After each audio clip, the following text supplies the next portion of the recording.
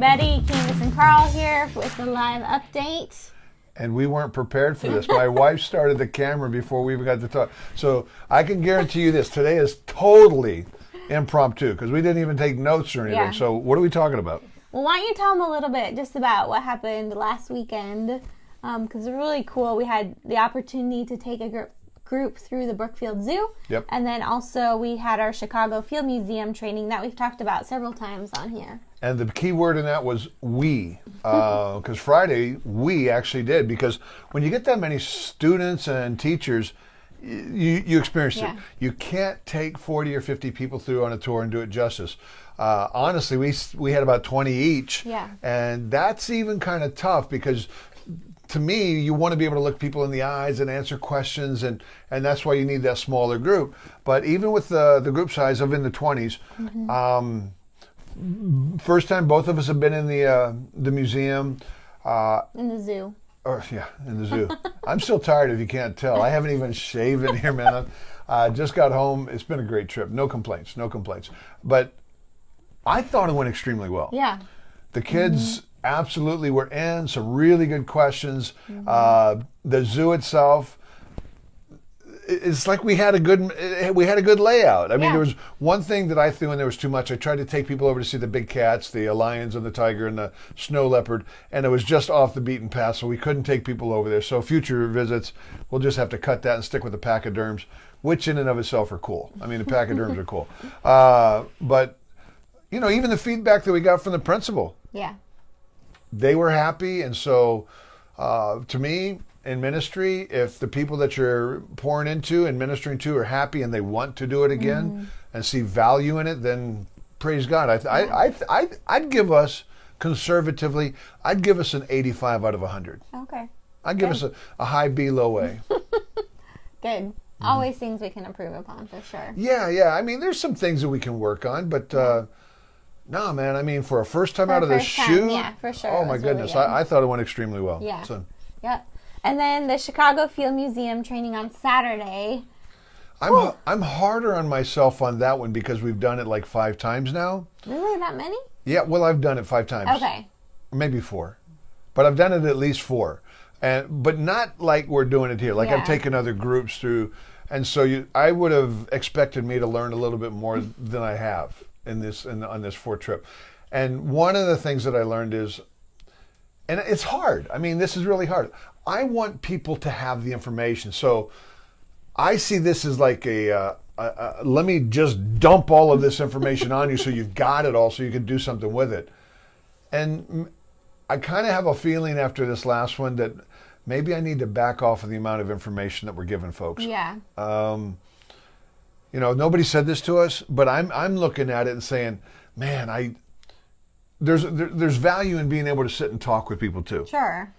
And so we didn't have that time built in. I didn't get the time to talk with people, which I think is probably just as valuable as some of the content. But I loved our conversation today that we had on our call. And so next year, Lord willing, pray that the folks that have supported us to make these things, because guys, we can't do these unless there's a couple of key folks, and I got to say thank you to them. You know who you are. I know that they don't want me like broadcasting their names and everything, but there's 2 folks that really helped us make this possible. Yeah. And I got to say thank you to you. If they do that, then and we do it next year, we will make a change to it, and I like it because too hectic in the beginning, trying to get us in there, get everything set up, and they're getting the people in there. So we've got Candace actually came up with this on the conference call today when we were talking about it. I like it. We're gonna give you guys, when you come into the place, we're gonna get you in, but you guys are going straight up to the exhibit and you're gonna walk it, spend an hour, maybe an hour and a half. We gotta look at that. Walk through this thing, and then you come downstairs, and by that time we're gonna have everything set up and we can breathe, and we can, I'm gonna say a solid B. Oh, I'll give us a B. Okay. Because I think the content was good. I think the folks were in. And one really cool thing that we had this time that I really enjoyed was we had the band Ready for Rain. Oh my goodness. They killed came, it. They and killed then it. they actually got to sing in like the main plaza area of the Field Museum. Now, they couldn't do any Christian songs or anything, but they just performed, and then they talked to people. And at one point, literally, like, the whole plaza was full. They had people dancing, people watching, and so that was just really cool that we could bring them along with us to get into the museum. They and they're great. I love them. They're sweet folks. They're younger, college age and under. High school, some high school kids in the band as well, and bluegrass. They do a bluegrass folk kind of mix. They recorded their album at Ricky Skaggs Studios, and it's really well done. Just look them up. Ready for Rain. I wish I should have known there. See, we didn't have any note time prep here, but if you look up Ready for Rain and band, you'll find them. Do a Google search on them, and they've got their music out. But I was super encouraged by the worship time. That was good. I mean, when I got up, I was choked up a little bit, because here we are in a secular museum, a museum that is a temple to atheism, to naturalism, to an anti-God philosophy, and we were in there singing praises to the Lord, man. I mean, and then these guys go upstairs, and yes, they couldn't sing Christian songs, but they have the light shining through them, and to see, I didn't get to see it because I was downstairs teaching, but they had a line of folks that were from Mexico, I think it was, that had come to the museum, and they had got up and they started doing this traditional Mexican dance, line dance sort of thing, and then they got video of these little kids twirling and dancing. And I think they even got a invite to go. I know they did. They got an invite to go speak out in Phoenix somewhere. I think it is. So very cool.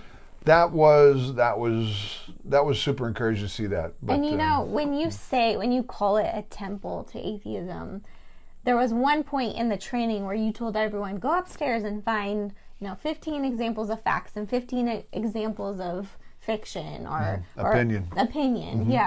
And I got up there with my family and we're going through this, and I'm just like, it's almost overwhelming how much opinion is in it. Like 15, that's like nothing. You can do that in like the first exhibit. the first exhibit. And so to me, that was just really eye-opening. Yeah. Well, I'll tell you where that really came from is leading towards like the Smithsonian. And when we took 163 kids through the junior high kids through the Smithsonian 7-8 years ago, that church just had us back, which is very cool. Capital Baptist. Baptist, there in right outside of Annandale, right outside of DC. When we took their youth through there, it was a 2-day thing to get 163 kids through, to break them down into small groups and do it. And at the end of it, I was just walking by, and a gentleman was interviewing one of the young ladies that had gone through there, and I overheard her. She didn't know that I was there. And he said, so what did you think about this? And the young lady, without skipping a beat, she said, after going through that museum with Mr. Kirby, if you were to take the signs out and just replace them with new signs, that'd be like going through a creation museum in Washington, D.C. How cool is that? And that's what she said. And that's what, like, bang. Do you understand that every museum on this planet, every zoo on this planet becomes a creation museum, a creation zoo, a creation aquarium when you teach a generation how to go through from a biblical perspective? And that was really where we started saying, okay, we need to do this. And so God's good. Thank you guys. We do it by your prayers as well, because it's work. I'm not going to try and lie to you. It's work, because and having Andrew Fabich there. I love Dr. Andrew Fabich. I love him. He's a Truett McConnell in Georgia, Gainesville, Georgia area. I love him. Good guy, and having him there to share some of his insights. If you missed it, you got to go and watch one of the YouTube lives that we did when we were driving to the museum about the smell of rain. You've got to see that. I'm telling you, the smell of rain is wonderful evidence that God did what he said that he did, the way that he said that he did it. You need to check it out. Very cool. One other thing, too, I wore this shirt today because Billy and Eric are out on the streets. On the beach. Right now. Like, pretty much right now. As we're talking. And so, will you please pray for them? Because we're not sure what kind of conversations they're going to get into today, but it's going to be interesting. And so we'll see what comes of it as they use the debunked videos and talk to people and just have open conversations. They got the bus out there. And speaking of the bus, I mean, we in our conference call today, it's on, man. The bus is leaving. It looks like May 19th, Jacksonville, Florida, and then depending on some things, we'll see how far north we get. I don't know if we're going to be able to do the whole New York over Chicago and all that, because we just had a very big opportunity open up back down in Florida in August. Yeah. What was it? July? Yeah. It was something. So you might have to go up and then come back down. But I'm going to ask you sincerely to pray about the bus trip, because, you know, we got to find the spots along the way that we're stopping and doing ministry with folks. And we still have to fund it. I mean, we've gotten about a little over a quarter of the funding that we need to do the full 300-mile trip. So the bus is on, but it might only go up to, say, Atlanta. He was talking about bringing it to Richmond to the homeschool conference that I'm speaking at. So that's a possibility. We're still working on the schedule. But, guys, it's on. And these guys, Billy and Eric, out on the street talking to folks, it's super encouraging. Our next Mic'd Up is getting ready to go out too, right? The little short video. Yeah, it should go out soon. It'll be on YouTube probably in the next couple of days. Yep. So, yeah. So, and I think my that first Shifted that we shot, I think that just went up as well. So that's another one. If you do the text "Stay Bold" to 51555, if you do that, you're going to get that next Mic'd Up video plus the first Shifted. And Shifted is It's diving a little deeper. Yeah, but I'm going to throw a monkey wrench in all this. I want to change it. I really want to change it. But I want you to watch this one and give us honest feedback, because I've just been thinking about this for the last 10 days, man, that I've been on the road. It's like, I really want to try this. So take a look at the one that we're getting ready to put up. Do that 51555, Stay Bold. And Shifted is essentially, here's the debunk video.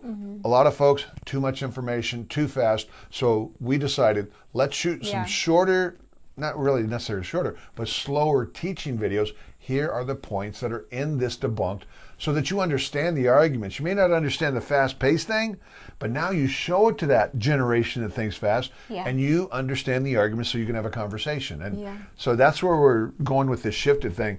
But I've just got this idea of something I want to try. So we might put this one up, and then I might shoot that other one and maybe have a competition and see what people think works better. So, but this is totally off the cuff, no notes. You never know what you're going to get with this guy. That's for sure. I don't know what I'm going to get. So, what else? Anything else? Man, we've just had so much. This last couple of weeks has been an amazing time. I head off for Phoenix tomorrow. Juan, oh my goodness, just listen to Juan today, the opportunities that he's doing, the Spanish, he's been teaching like crazy. He and I are going to be together in like 3 weeks. April out in Ankeny, Iowa, Faith Baptist Bible College. If you have any seniors in high school that are looking for a college, hey man, they're doing their President's Weekend that weekend, and Juan and I are teaching for that weekend. Have them come on out there. Yeah. Just faith.edu. I don't know. You'd have to do Faith Baptist Bible College. Baptist Bible in Ankeny. In Ankeny. And they'll come up. But it's their President's Weekend. And they bring the high school kids in, and they get to sit in on a class, and they stay in the dorms, and they kind of get the whole college experience thing to see if this is the place for them. I'd encourage you to strongly consider Faith. They're really growing, man. They got a new president, and things are happening there. It's encouraging. So we're counting it a privilege to be a part of that. I gotta give a shout out to WVCY as well. Oh, the radio. We do these radio spots, the Fast Fact radio spots. And I had probably 6, 12, 18 that I had recorded and hadn't sent to them. I'm horrible organized, and I just get overwhelmed easy. And so when I was out there and we did the radio spot with him, and then we did the TV show with him, Mr. Jim Schneider was like, Carl, do you have any more of the Fast Facts? Like, yeah, I just happen to have some.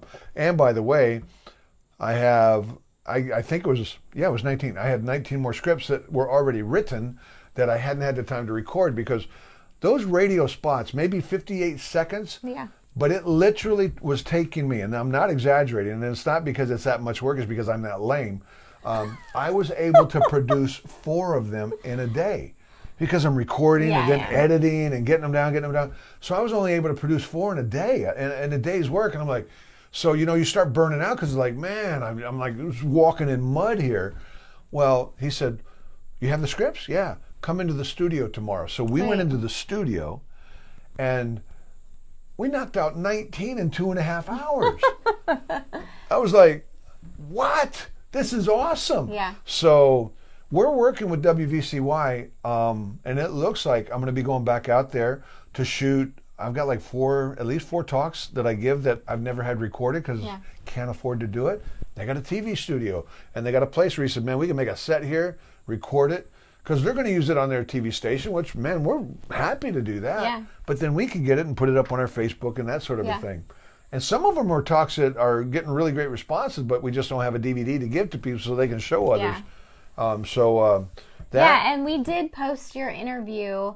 You can look on the Reasons for Hope page that you did Monday night on their In Focus TV program. You'll see Jim there too. You can check that out too. Yeah, you'll see Jim there. But they're going to let us record TV, and looks like if we get more scripts written, then I can go record the radio thing, and things are happening. Yeah. We're busy. We appreciate you. Yes. Appreciate your prayers. For sure. Oh my goodness. So we probably went long because we have no script. We have no script. Sorry. Yep. So words of wisdom. I'm gonna let you close it out because I'm usually one that has the last word. So words of wisdom. What's the words of wisdom? Hey, you sprung it on me, so I got to spring it on you. What's up? One thing that I noticed, because after the Field Museum and stuff, my family spent a couple of days in Chicago. Literally on every street corner, you usually see some kind of homeless person or someone in need. And it really made me think again about the debunked video we just did on pain and suffering. And just how so many times we don't see the big picture and how God is working. And I think it was John Piper that said, sometimes we see 3 things of all the tens of thousand ways that God is working. And so that was just something like we never know how God is working, but let's be a servant. Let's help how we can. And so. Amen. Amen. Good lesson. God bless y'all. Stay bold. See ya.